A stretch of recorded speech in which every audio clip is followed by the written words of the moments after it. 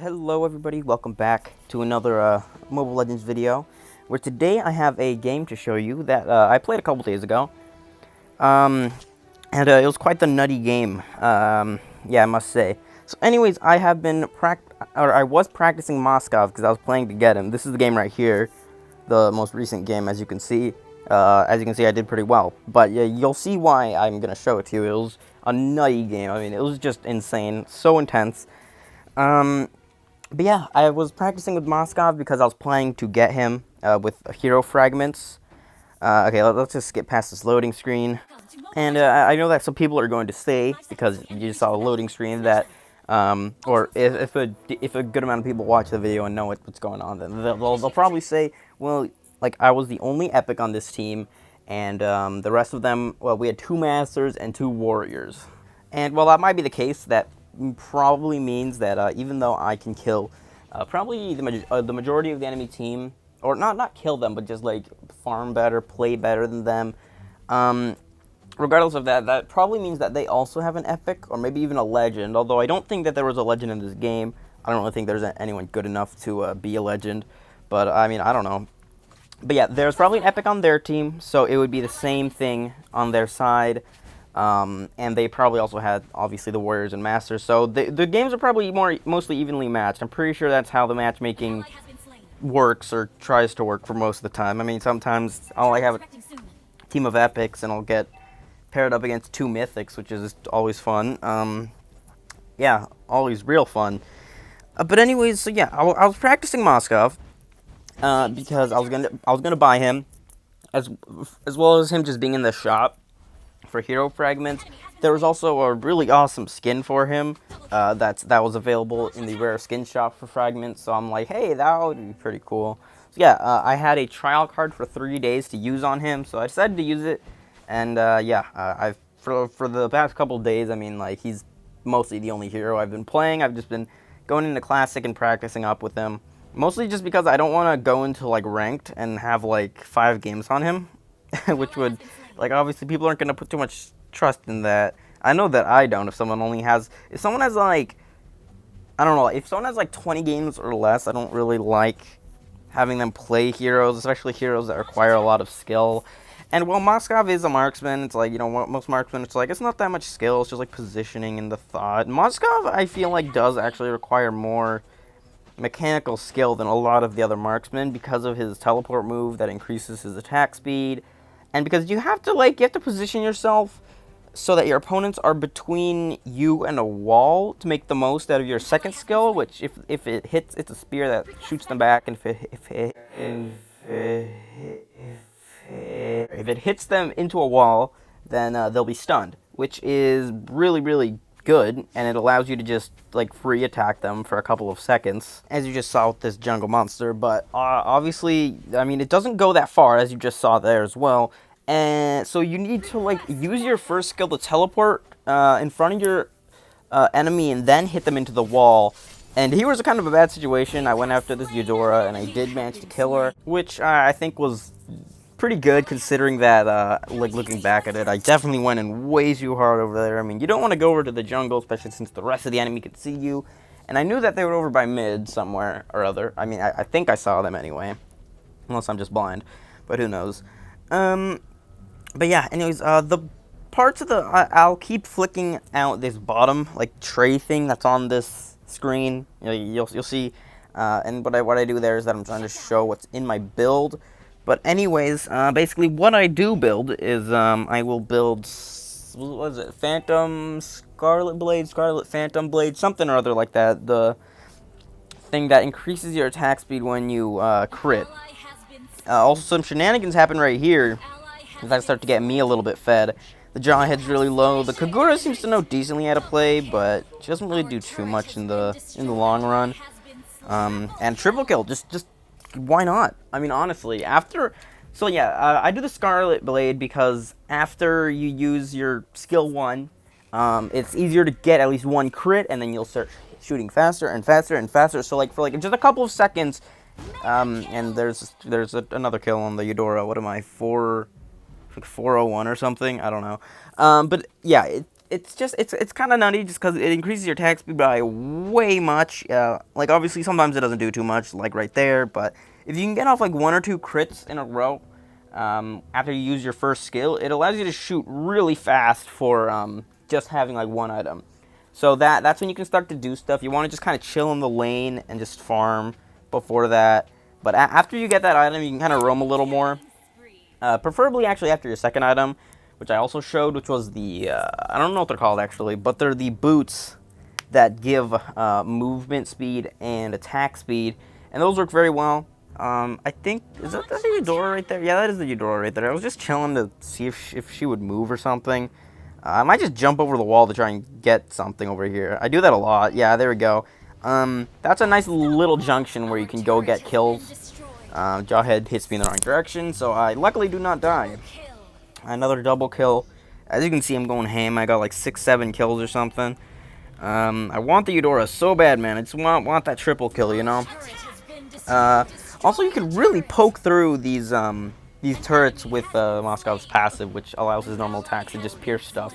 Like, no repercussions. It just pierces in a straight line, which can be just nutty later on. But anyways, I think that Moskov really gets his potential, like, after he gets his attack speed boots. I think that's really when he can start doing stuff. Because, I don't know what it is, but that extra 15% attack speed, coupled with the Scarlet Phantom, just seems to do a lot. Moskov is interesting, because, well, like most marksman will use attack speed buffing items. Moskov really doesn't need too much of it because of his first skill that allows him to just get a bunch of attack speed. I make a pretty big goof right here, and I try to tap the Leslie a little bit. The lance comes for me, and then like I keep turning back around a little bit, like just a couple times, and I just ran into a bunch of skills that I really didn't need to do, and yeah, I got wrecked. And I know that like it seemed like we were really winning like a minute or two ago when we just pushed right up into their base, but as you'll see, it starts to go like really downhill from here. I think I manage to kill? Oh, I think I die here again because I'm a doof. This is like the one thing I do need to work on with Moskov, other than like perfecting hitting people into walls. I need to learn when not to take engages. I got the Saber. The Saber was a little bit of a doof, and he fed me a lot during this game. I think that if he targeted me more, the enemy team would have probably won quite a lot faster. Anyways, yeah. Anyways, I don't really. I was talking about items, wasn't I? So did I say? I don't think I said his third item. No. The third item that I have in this build, I don't even remember if I have it, but this is usually like the longest item that it takes to build, the Endless Battle item, which is, it's just good in general. I mean, it gives you a bunch of attack, it gives you a bunch of life steal, it gives you HP, it gives you cooldown reduction, I think it might even give you some movement speed. I don't really know. Here, this Lance was obviously one of the more newbie players on the enemy team.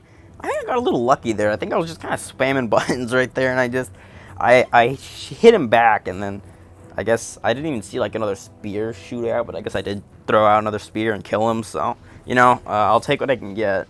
But anyways, after you get Endless Battle, that basically it allows you to sustain yourself a lot more when you're playing Moskov, because basically, like if you get hurt in a fight.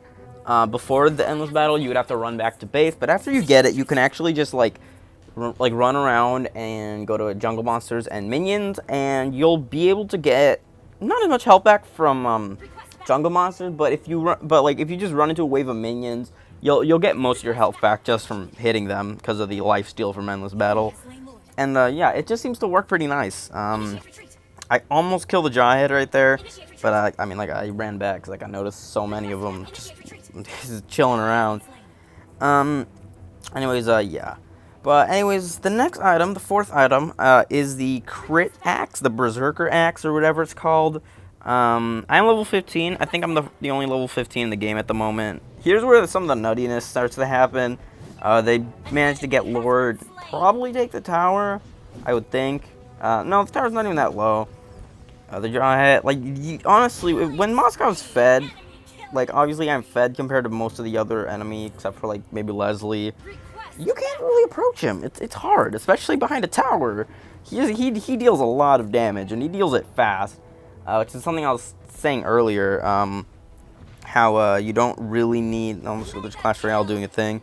I think that lance kill is just random luck. I think I just hit like a minion. The spear just shot behind it, killed the lance. It seems to happen a lot.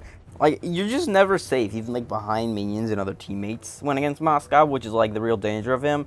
It's like Hanabi, but like obviously, well, it doesn't bounce around. It just goes straight through, and it doesn't have the drawbacks that Hanabi's like bounces over like pedals or whatever get progressively weaker. Hanabi did get a buff, by the way, which I really like, and I do have a little video of that I'm probably going to post fairly soon. But yeah, the crit axe, I think I do, yep, I get the saber right here, and then I go in a little too hard, and yeah, Eudora gets me, and then I somehow get her. I thought that she survived just like on the littlest tiny bit of health, but I guess something killed her for me. I don't know what it was, but you know, whatever. Anyways, the game starts kind of drawing on, so probably a bunch of this like next area is going to be sped up, because it just spends a lot of the time just like this. The enemy just you know, chilling around the edge of the base, and we're just trying not to get wrecked. Mostly me, because like, I mean, I was basically the solo carry of this game, if I'm going to be completely honest. At this point, we also had 2 AFKs. They were the 2 warriors, not the masters. Gladly, I managed to ult that Jawhead. Always feels good when you get a kill with your ult with Moskov. And use back to items, back to the crit axe. But so anyways, the endless battle is when Moskov starts, he's like solid, like he can go and get kills. The crit axe is when Moskov gets scary, and that is when you can jump in and just shred people. So 1v1s, Moskov wins against just about everything. And if you can jump in and get a pin, I think that he'll basically win against any character in the game. I don't really think that there's anything that much can do against him. That sentence made no sense, but you know, just deal with it. Anyways, I thought this might be the end of the game here, but obviously not. They managed to just chunk me down, especially the freaking Eudora, dude. Eudora's scary. She just does so much damage. Like a more than a third of your health bar with just her ult, and then like it can hit multiple people, and if you get like 4 people hit with that, it's just like that's a team fight won, you know. But yeah, crit axe, that's when it gets scary. That's when you can really just like, you know, you don't even have to be with a teammate or anything. You can just jump in. You can 1v2 people easily, as long as they're not like someone like I don't know, like a Chow and a freaking Claude or something. I don't know. Claude might be one of the matches that Moskov cannot win on his own. I'm not sure. I mean, obviously, if you pin Claude, but if Claude activates his ult, then I don't know. You might be able to still win. You can hit him back with your spear, which is something I do a lot. So you won't really lose a lot of the time if you're quick with your reflexes. All you gotta do is tap the button, and if he's the only one around, you'll shoot your spear at him. It'll push him back away from you, so you probably won't die. This might be my big moment. I don't remember. I get a kill against the Eudora. Mega kill. I'm still out here, dude. I'm still out here getting cool stuff, and I think that was another just random hit through kill on the lance.